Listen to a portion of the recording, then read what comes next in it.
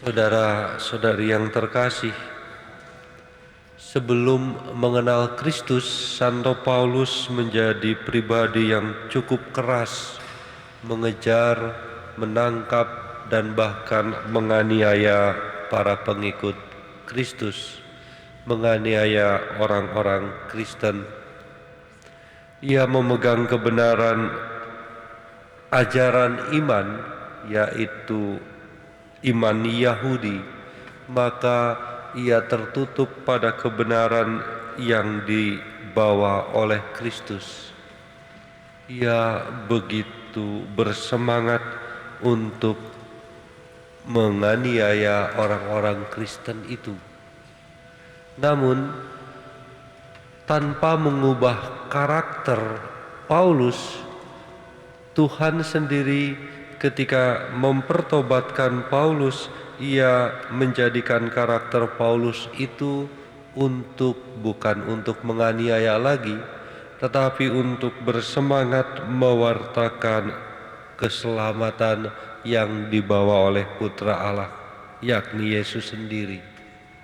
Karakter Paulusnya sama, selalu bergairah, bersemangat, tegas, bahkan dalam keadaan tertentu keras. Tapi karakter yang sama sebelum mengenal Kristus dipakai untuk menganiaya orang-orang Kristen, setelah bertobat itu dipakai untuk mewartakan Kristus dan keselamatannya. Dan perubahan tindakan itu, orientasi karakter itu terjadi setelah perjumpaannya dengan Yesus sendiri dalam perjalanan ke Damsyik, dalam pertobatan itu. Maka saudara-saudariku yang terkasih, kita dapat merefleksikan, dapat merenungkan pertobatan Paulus ini untuk konteks hidup kita masing-masing. Kadang-kadang kita bertanya dalam doa, dalam sharing, dalam refleksi, kenapa saya kok orangnya seperti ini ya? Saya maunya memaafkan orang lain, tapi kok susah. Saya maunya saya bersikap lembut pada suami, tapi setiap lihat suami hanya duduk mager itu emosi saya langsung naik. Saya ingin berubah tapi kok susah Tuhan. Ada dimensi yang sebetulnya kita bukan masalah orang lainnya.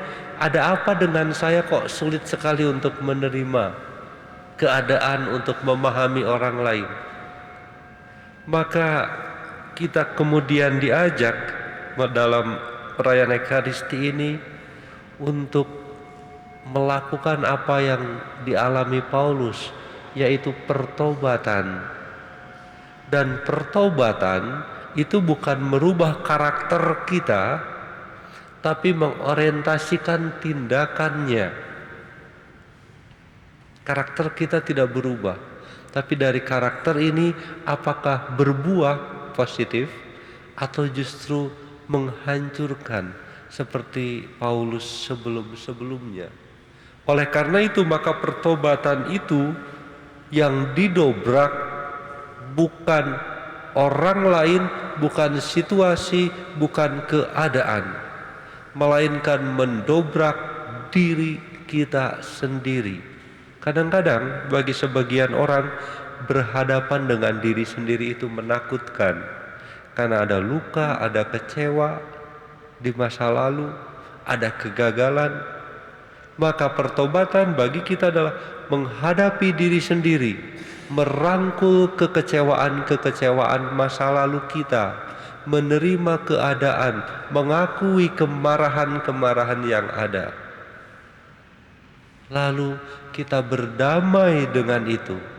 Saya memang orangnya pemarah, saya memang orangnya tidak punya nyali, bukan seorang pemberani, saya seorang yang pesimis, saya seorang yang penakut misalnya. Beranikah kita mengakui itu pada diri sendiri? Karena seringkali kita tidak mengakui itu dan memamerkan apa yang baik bagi orang lain, tapi menutupi yang buruk. Oke, tapi setidak-tidaknya kita mau atau berani mengakui itu pada diri sendiri.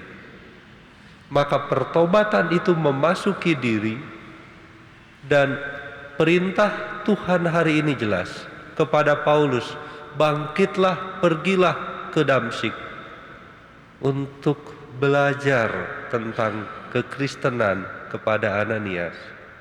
Dalam Injil, pergilah ke seluruh dunia dan wartakanlah Injil. Jelas. Maka masuk pertama-tama ke dalam diri. Setelah mengakui itu semua, maka pertobatan berarti dalam batas tertentu kita mengakui kemarahan kita dan kemudian menanggalkannya. Beranjak dari situasi-situasi kecewa, mencintai dan merangkul orang-orang yang hidup dengan kita sehari-hari, yang ada di sekitar kita, tetapi tidak selalu berkenan di hati kita. Menanggalkan segala keluh kesah kita dan menghadapi situasi hidup yang sama atau orang-orang yang sama dengan cara berpikir atau cara pandang yang baru.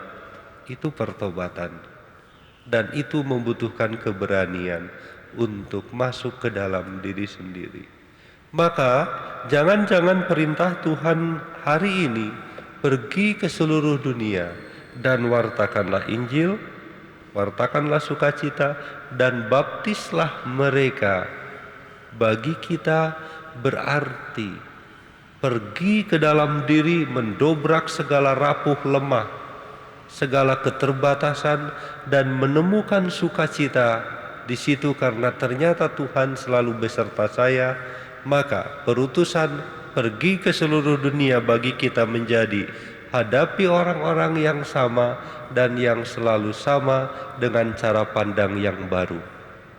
Biasanya saya mengeluh, biasanya saya marah, saya biasanya judes karena kecewa, maka saya menghadapi mereka dengan senyum yang tulus, dengan kegembiraan. Karena kita sudah damai dengan diri sendiri terlebih dahulu.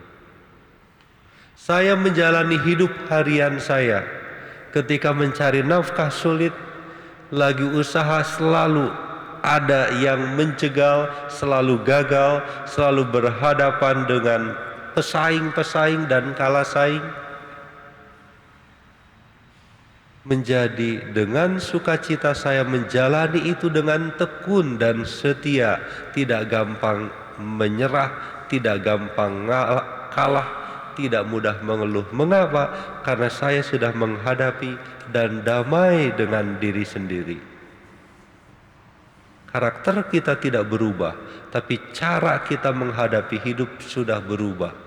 Dan Tuhan menjadikan karakter kita pribadi masing-masing itu untuk sebagai bekal, sebagai modal untuk menjalani hidup. Maka saudara-saudariku yang terkasih, seruan Yesus kepada Paulus, bangkitlah, berdirilah, itu juga menjadi seruan bagi kita. Bangkit dari keterpurukan yang seringkali disebabkan oleh diri kita sendiri, cara pandang kita pada diri sendiri, yang berpengaruh pada sikap kita pada orang lain. Bangkit, pergilah.